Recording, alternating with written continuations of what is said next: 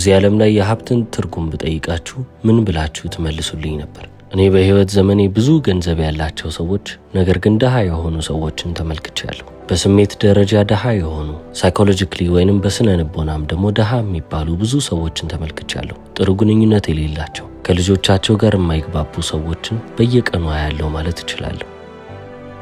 አሁን ታዲያ ድህነት ምንድነው ካለን ምናልባትም የሀብት ተቃራኒ ነው ብለን እናስብ ይሆናል። ነገር ግን ሀብትን እንዴት ነው ዲፋይን የምናደርገው? እንግዲህ ሀብትን ዲፋይን ካረግነው ፍቺ ከሰጠነው ከምንም አይነት ኤክስፒሪየንስ ላይ ከምንም አይነት የህይወት ተሞክሮ ላይ ጆይን ወይንም ደግሞ ደስታን ማውጣት የምንችልበት ነገር ከሆነ ያ ነገር ሀብት ይባላል። ባንክ አካውንታችሁ ውስጥ በጣም ብዙ ገንዘብ ቢኖራችሁ ነገር ግን ያ ገንዘብ ለእናንተ ጆይ ያመጣ ወይንም ደግሞ በህይወታችሁ እርካታና ደስታን የማያመጣላችሁ ከሆነ ገንዘብ አላችሁ ነው እንጂ የሚባለው ሀብታም ናችሁ አይባልም። በሪች እና በዌልት መካከል ልዩነት አለ። አብዛኞቻችን እዚህ የተገኘነው ሰዎች እናውቀዋለን፣ እንረዳዋለን ብዬ አምናለሁ። ገንዘብ ህይወታችንን አይለውጥም። ምናልባትም የገንዘብ ችግራችንን ገንዘብ ሊፈታ ይችላል። ከዛ የበለጠ ነገር ግን ሊያስተካክልልን አይችልም። አንድ የተለመደ አባባል አለ። ገንዘብ ይዘህ ደስተኛ ካልሆንክ ገንዘብን የምታጠፋበትን ቦታ ለይተህ አላወቅም ማለት ነው ይባላል። ይህ ምክር ምናልባትም ጠቃሚ ሊባል ይችላል እንጂ እውነታ ነው ካላችሁኝ ግን ከኔ ጋር መስማማት አንችልም።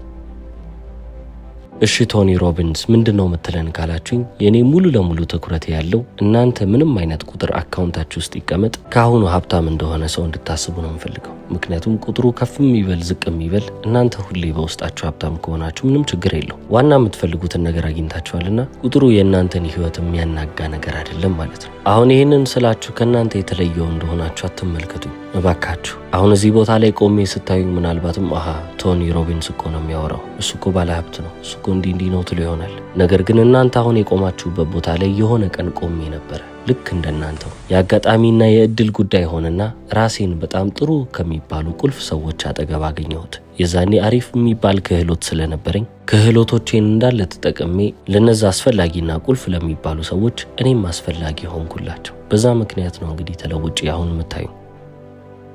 ታዲያ እነዚህ የዓለማችን ትላልቅ ተጫዋች የሚባሉት ሰዎች ወይንም ደግሞ the big dogs የሚባሉት የዓለማችንን ፋይናንስ በደንብ ኢንፍሉዌንስ ያደረጉ ሰዎች ለምንድን ነው ከኔ ጋር መስራት የፈለጉት? ምንን ፕሮቫይድ አድርጌ ነው? በህይወታቸው ውስጥ ምን ጨምሬላቸው ይሆን? የአንዳንዱን ግንኙነት ላሻሽል ችያለሁ። በትዳራቸው መሃል ጥል ወይንም ደግሞ ጸብ የነበሩትን አሻሻልኩ። ከልጆቻቸው ጋር መስማማት ያልቻሉትን ላስማማቸው ቻልኩ። ህይወታቸውን በየሆነ መንገድ አፌክት አድርጌ ህይወታቸው ላይ የሆነ ተጽዕኖ አሳድሬ እንግዲህ እነሱ እኔን ልክ እንደ ጠቃሚ ሰው እንደ አስፈላጊ ሰው እንዲያዩኝ አድርጌያለሁ። ለዚህ ነው ገና በህይወቴ መጀመሪያዎቹ አካባቢዎች ላይ ወይንም ደግሞ ይህንን ስራ ገና እየጀመርኩ ሳለ ነው እንግዲህ በጣም ትላልቅ ከሚባሉ መልቲ ቢሊዮነሮች ጋር መዋል የጀመርኩት። በእነሱ ቪሲኒቲ ስር ነበርኩ። አካባቢያቸው ስራ አልጠፋም ነበር። ታዲያ መኒ ማስተር ዘ ጌም የሚለውን መጽሐፌን ደግሞ ስጽፍ እንግዲህ ስለ ገንዘብ ነው የሚያወራው። ስለዚህ ብዙ ሀብታሞችን ማግኘት ነበረብኝ። ብዙ ሀብታሞችን ብዙ ባለጸጋ የሚባሉትንም ሰዎች አግኝቼበታለሁ። ታዲያ በዛ አጋጣሚ ነው ትክክለኛ ሀብትንና ገንዘብ ያለውን ሰው እየለየው የመጣሁት። ይህንን አሁን ማስረዳችሁን ነገር ከወረቀት ላይ ወይንም ደግሞ ካነበብኩት ላይ አግኝቼ አይደለም። የምርም ያየሁትን በተሞክሮዬ ውስጥ ያገኘሁትን ነገር ነው ማጋራችሁ። አብዛኛውን መልቲ ቢሊዮነር ተመልክቻለሁ፣ ገንዘብ ያለውን እንጂ ሀብታም የሆነን አላየሁም። እናንተ አሁን በህይወታችሁ ያላችሁን ነገር ለማግኘት ብዙ የሚለፉ ሀብታሞችን አውቃለሁ። ምናልባት እናንተና ልጆቻችሁ ትግባቡ ይሆናል፣ ቤተሰቦቻችሁ ውስጥ ደስታ ይኖር ይሆናል፣ ወይንም ደግሞ ያ ፍቅር ይሆን ይሆናል። አንዳንድ ባለጸጋ የሚባሉት ሰዎች ጋር ግን ይሄ ነገር በጣም በህይወታቸው እያስፈለጋቸው ነገር ግን ያላገኙ ናቸው። ታዲያ እናንተ ከውጪ ህይወታቸውን ስትመለከቱ ይሄ ሁሉ ገንዘብ አለው ምን አይነት የታደለ ሰው ነው ትሉ ይሆናል። ያ ባለጸጋ የተባለው ሰው ግን መከራውንና ስቃዩን በውስጡ አቅፎ እየተራመደ ያለ ሰው ነው። መኒ ማስተር ዘ ጌም የተሰኘውን መጽሐፌን ስጽፍ አንድ ቢሊዮነር ተዋውቄ ነበረ። አሁን ከዚህ ቢሊዮነር ጋር ቀስ በቀስ ጓደኛማቾች ሆነን ታዲያ እንደ ወዳጅ ደግሞ የሚያደርጉትን ነገሮች ይነግረኛል። አንዳንዴም ደግሞ ትራቭል እናደርጋለን።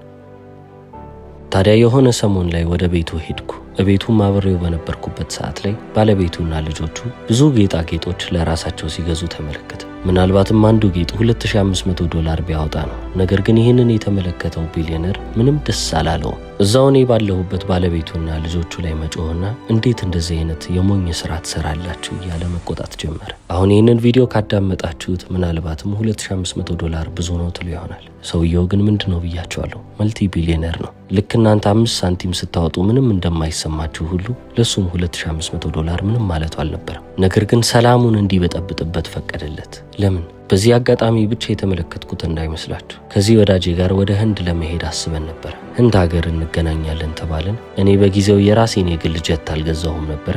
ስለዚህ የሰው አውሮፕላን ተከራይቼ ሄድኩ። እሱ ግን በምን እንደመጣ ገምቱ። እንደ ማንኛውም ሰው በኮሜርሻል ቲኬት ቢዝነስ ክላስ ላይ ተሳፍሮ ነው የመጣው። ይሄ ሰውዬ እንግዲህ የራሱ የግል አውሮፕላን አሜሪካ ቁጭ አድርጓል። አውሮፕላን የገዛ ሰው ነው እንግዲህ ተነስቶ ከህዝብ ጋር አንድ ላይ ሊሄድ ብሎ የመጣው። ይህንንም እንግዲህ ተመልክቼ ዝም ልል አልቻልኩም። ምን ሆነ ነው ግን አልኩት። በቃ ችግርህ ሊገባኝ አልቻለም። ምን እያደረግክ ነው ብዬ ነው የተመለከትኩት። ምናልባትም ይህ ሰው በጣም ለፍቷል፣ በጣም ጥሯል፣ ገንዘቡን እንዴት እንዳገኘ ያውቃል። ስለዚህ ገንዘቡን እየቆጠበ ነው፣ ለወደፊት ይሆነዋል ብላችሁ ታስቡ ይሆናል። የሰውየውን እድሜ ልንገራችሁ፣ 70 ዓመት ይሆነዋል። እዚች ምድር ላይ ቆየ ቢባል እንኳን 10 ዓመት ቢቆይ ነው። በ10 ዓመት ውስጥ ለሚሞተው ነገር ነው እንግዲህ ያቺን ገንዘብ ሲቆጠበ የነበረው። ምን ይጠቅመዋል? ምን ይረዳዋል? በጣም ትልቅ የምትሉትን ኤክስፔንስ ወይንም ወጪ አስቡ። ሰውየው በቀን $1 ሚሊዮን እያወጣ እስከ ህይወቱ ፍጻሜ እንኳን ቢሄድ አይደለም ገንዘቡ ሊጨርሰው ምንም አይነካውም ማለት ይቻላል። ታዲያ እንደዚህን አይነት ሰው ምንድን ነው የምትሉት? ለልጅ ልጆቹ የሚሆን ሀብት አዘጋጅቶ ሁሉም ነገር በቦታው ላይ ተቀምጦ አሁንም ግን እችን ገንዘብ ልቆጥባት እያለ ህይወቱን እንደምንም ታይት ለማድረግ ወይንም ደግሞ የጠበበ ለማድረግ እየሞከረ ነበር። ታዲያ ቶኒ ሮቢንስ በዛን ወቅት ምን ተረዳህ ካላችሁ፣ አንዳንድ ሰው መቼም ቢሆን ምንም ያህል ገንዘብ ቢኖረው ከስኬርሲቲ ማይንድሴት አይወጣም። ይሄ ያልቅብኛል የሚለው አስተሳሰባቸው አብሯቸው ይዘልቃል እንጂ በፍጹም ያንን አመለካከት ትተውት አያልፉም። እንደነዚህ አይነት ሰዎች በህይወት የሚያሳዝኑኝ ሰዎች ናቸው። ለዚህ ነው ዛሬ ስለ ሳይኮሎጂካል አስፔክት ላወራቸው የመጣሁት። ገንዘብን እንደ ገንዘብ ወይንም ደግሞ እንደ ፊዚካል ነገር ከመመልከት ውጪ በስነ ልቦናዊ መንገድ ደግሞ ብንመለከተው ይሻላል። ዋነኛውና ትልቁ መንገድ ብዬ የማስበው እሱ ነው። ሳይኮሎጂያችሁን ወይንም ስነ ልቦናችሁን ሳትለውጡ ምንም ያህል ፊዚካል አክሽን ብታመጡ ወይንም ደግሞ ምንም ያህል በዚች ምድር ላይ ብጥሩ መለወጥ የምትችሏቸው ነገሮች በጣም ትንሽ ናቸው። የምትፈልጉትን ህይወት ከመኖር የሚያግዷችሁን ነገሮች አሁን ላይ ሆናችሁ እስቲ ያስቧቸው። አብዛኛው እኮ ሜንታል ባሪየር ናቸው። አይምሯችሁ የሆነ ሊሚት ያደረገው ወይንም ደግሞ የዘጋባችሁ የሆነ ነገር አለ። ይህንን ነገር አልችለውም፣ ይሄ ነገር ሲቅርብኝ ብላችሁ ራሳችሁ ላይ የዘጋችሁት ነገር ይኖራል። እዚህ ዓለም ላይ ደግሞ ሁላችንም ፋይናንሻል የሆነ ሴት ፖይንት አለን። ሁላችንም የምንቆምበት በቃ ከዚህ በላይ ማግኘት አልችልም ብለን የያዝነው ቁጥር አለ። ያንን ቁጥር ብንመታው እንኳን ወይንም ደግሞ ብናሳካው እንኳን ከዛ ቁጥር ወዲያውኑ ነው ተመልሰን የለመድነው ቁጥር ላይ እንቀመጣለን። አንድ ሰው በወር 20 ሺህ ብር እንደሚያገኝ የሚያምን ከሆነ ከ20 ሺህ ብር በላይ ቢያገኝ እንኳን ገንዘቡን እያጠፋው 20 ሺህ ብር ላይ ሲደርስ ነው መቆጠብ የሚጀምረው። ስለዚህ ፋይናንሻል ሴት ፖይንት እንዳለ ሁሉ የኤንጆይመንት ሴት ፖይንትም ደግሞ አለ። ህይወትን የምናጣጥምበት የሆነ ገደብ አለን። ስለዚህ አሁን ያቺን ገደብ በደንብ እየለጠጥን እንድንመጣ ነው የምፈልገው። ምክንያቱም አሁን ላይ ካልተደሰታችሁ፣ አሁን ላይ ህይወትን ካላጣጠማችሁ መቼም ቢሆን አታጣጥሙት። አንዳንድ ሰዎች ራሳቸውን ይሸውዳሉ። ተጨማሪ ገንዘብ ሳገኝ ህይወትን አጣጥማለሁ ይላሉ። ወይንም ደግሞ ሳገባ፣ ልጅ ስወልድ እንዲህ አይነት ነገር ሲሳካልኝ ይላሉ። ያ ነገር ቢሳካ እንኳን አሁን ካሉበት የደስታ ደረጃ ከፍ አይሉም። ለትንሽ ጊዜ በጣም ይደሰቱ ይሆናል። ተመልሰው ግን በነበሩበት ሁኔታ ላይ ይሆናሉ።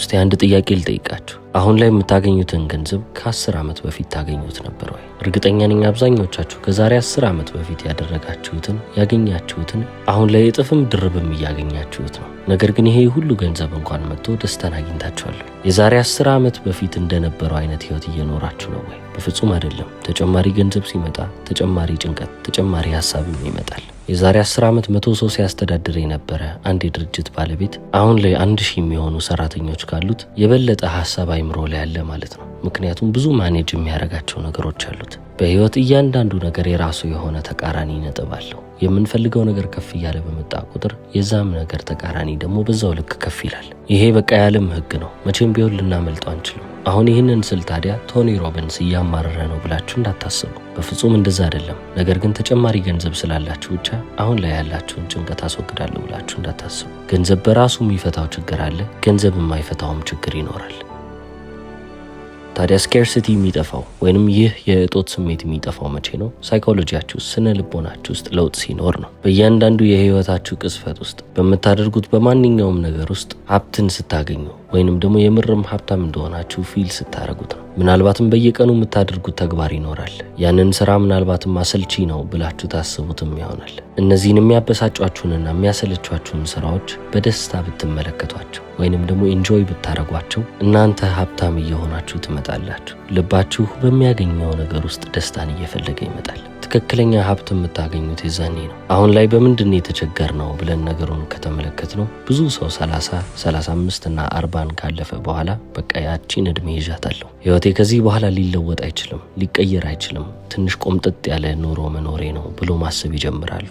ይሄ ግን ሙሉ ለሙሉ ሐሰት ነው ማለት እችላለሁ። ምክንያቱም እናንተ ከዚህ በኋላ ለቀጣይ 10 ዓመት እንዴት መሄድ እንዳለባችሁ ቁጭ ብላችሁ የለያችሁ ሰዎች ከሆናችሁ፣ መንገዳችሁንና የህይወት ዓላማችሁን የተረዳችሁ ሰዎች ከሆናችሁ 40ዎቹ እድሜያችሁ በህይወታችሁ የምታገኙት በጣም ትልቅ በረከት ያለበት እድሜ ነው።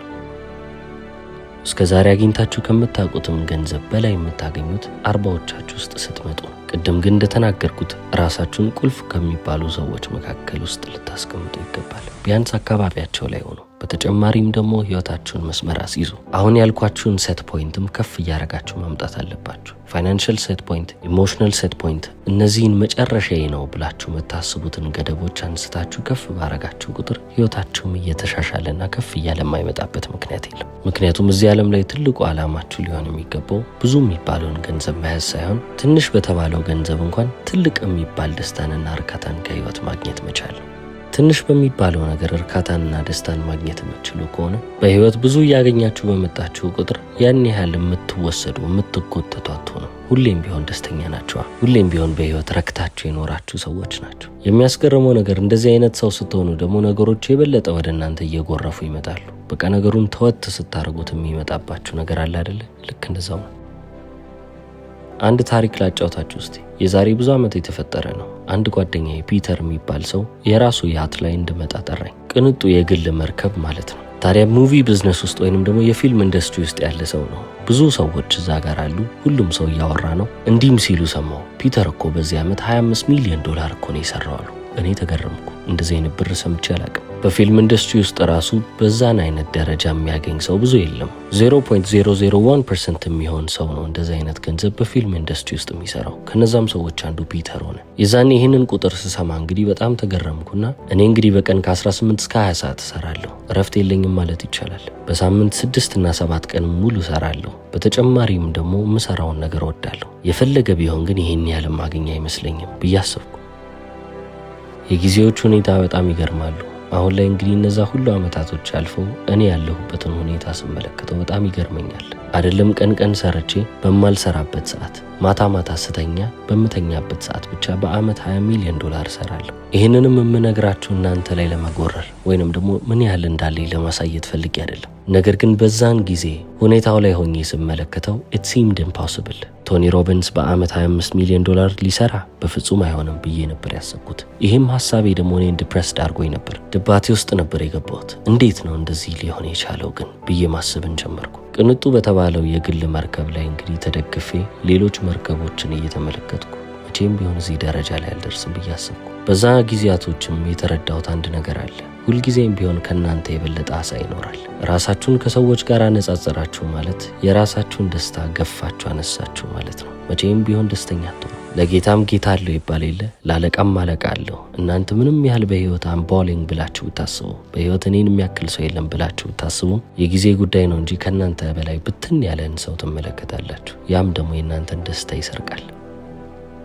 ስለዚህ በተቻላችሁ አቅም ከሰዎች ጋር ስትፎካከሩ ራሳችሁን ካገኛችሁት ወዲያውኑ ነው ያንን ሐሳብ ጣሉት። ምክንያቱም ንጽጽራችሁ፣ ፉክክራችሁ መቼም ቢሆን ፍትሃዊ አይሆንም። እናንተ ያለፋችሁበት የሄዳችሁበት የሆነ መንገድ አለ። እነዛ ሰዎችም በህይወት የመጡበት የራሳቸው የሆነ መንገድ አለ። መነሻችሁ የተለያየ ነው። የሄዳችሁበትን መንገድ የተለያየ ነው። ታዲያ እንዴት ነው አሁን ያላችሁበትን ሁኔታ እነሱ ካሉበት ሁኔታ ጋር ልታመሳስሉና ልታነጻጽሩ የምትችሉት? የራሳችሁን ደስታ እየዘረፋችሁ ነው እንጂ የምትጥሉት ሌላ ምንም ለራሳችሁ የምታደርጉት በጎ ነገር የለም። ስለዚህ ወደ ኋላ ተመልሼ ጉዳዩን ሳስታውሰው ፒተር የኔ የ18 ዓመት ታላቄ ነበር። እሱ በህይወቱ ደግሞ ፐርሲው ያደረገው ወይንም የተከተለው ደግሞ የፊልም ኢንዱስትሪ ነበር። እኔ ያለሁት ሌላ ኢንዱስትሪ ውስጥ ነው። እኔ ያለሁበት ኢንዱስትሪ ከ8 እስከ 10% ትርፍ የሚገኝበት ኢንዱስትሪ ውስጥ ነው። የፊልም ኢንዱስትሪው ግን በጣም ስኬታማና በጣም ትርፋማ የሚባል ኢንዱስትሪ ነው። እኔ ባለሁበት ቢዝነስ ውስጥ ግን ስህተት እንኳን መስራት አትችሉም ማለት ትችላላችሁ። ኢኮኖሚው በትንሽም ቢሆን ቢናጋ የእናንተን ቢዝነስ በዛው ልክ ሰፈር ያደርጋል፣ በዛው ልክ ያንን መከራ ይመለከታል። ስለዚህ ይህንን ሁሉ ምሳሌ የሰጧችሁ ለምንድን ነው? አሁን ላይ በቆማችሁበት ቦታ ራሳችሁን አትገምግሙ። የሰዎች ዛሬና የእናንተ ዛሬ በፍጹም ሊገናኝ አይችልም፣ አንድም አይደለም። ስለዚህ ለማገናኘትም አትሞክሩ። በጊዜው እኔ ያንን ሁሉ ነገር ራሴንም ከዛ ሰውዬ ጋር ሳነጻጽር በቃ ቆም አልኩና ነገሮችን መመልከት መቻል አለብኝ፣ የራሴን መንገድ መፈለግ አለብኝ ብዬ አሰብኩ። ነገር ግን ህይወቴን የለወጠው ትልቁ ነገር ምንድነው ካላችሁ አንኮምፎርታብል ለመሆን መምረጤ ነው። በህይወት ምቾት ማጣቴና ከዛ ከምቾት ክልሌም ወጥቼ ያቺን ህይወት እያጣጣምኩ መሄዴ ነው። ገንዘቡን ረስቼው ራሴን አንኮምፎርታብል የሚባል ሲቹዌሽን ላይ ምቾት የማይሰጡኝ ሲቹዌሽኖች ላይ ያስቀምጥኩ በሄድኩ ቁጥር የበለጠ እያደግኩ መጣው። ስራዬም ተስፋፋ፣ ቢዝነሶቼም በጣም በዙ። እንዲህ እያልኩ ነው እንግዲህ አሁን ቢሊየነር የተባልኩት። መቼም ቢሆን እኔ በህይወቴ ቢሊየነር የመሆን ሀሳብ ኖሮኝ የማያውቅም፣ ፈልጌውም አላውቅም። እኔ ሁሌም ስፈልግ የነበረው ነገር ራሴን ከትላንቱ ዛሬ ላይ የተሻለ ሆኖ ማግኘት ነበረ። ያንን ሳረግ ብሩ ዝም ብሎ መጣ። ታዋቂው አሜሪካን ሞቲቬሽናል ስፒከርና ኦተር ቶኒ ሮቢንስ። እስከ መጨረሻው ስለተከታተላችሁ አመሰግናለሁ። ቻው።